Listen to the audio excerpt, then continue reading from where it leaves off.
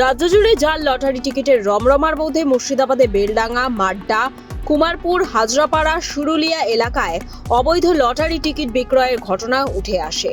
Lottery ব্যবসার সঙ্গে জড়িত মনিরুজ্জামান, সিরাজুল ইসলাম এবং সাবির আহমেদ এই কয়েকজন এই রকম এক জাল টিকিট ব্যবসায়ীর সঙ্গে কথা বলে। বেশ কিছু তথ্য উঠে আসে তাদের হাতে।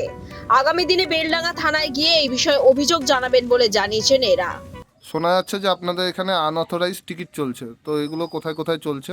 হ্যাঁ, আমাদের এখানে আনঅথরাইজড টিকিট চলছে মুর্শিদাবাদ বেলডাঙ্গা থানার অন্তর্গত কুমারপুর, মাড্ডা, এই হসপিটাল রোড, সরুলিয়া এইখানে চলছে এবং অন্য অন্য জায়গায়ও আমাদের আনঅথরাইজড টিকিট চলছে।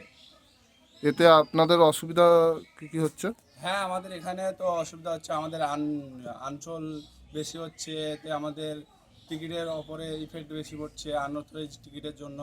তো আমরা তো 40% ট্যাক্স দিয়ে ব্যবসা করছি, আমাদের সরকারকে ট্যাক্স দিয়ে ব্যবসা করছি, আমাদের ওপর অনেকটাই আনঅথরাইজড টিকিটের জন্য ইফেক্ট আসছে।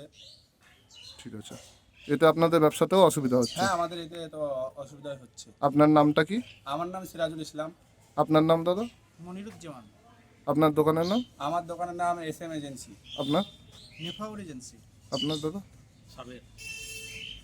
ব্যুরো রিপোর্ট, লটারি সংবাদ।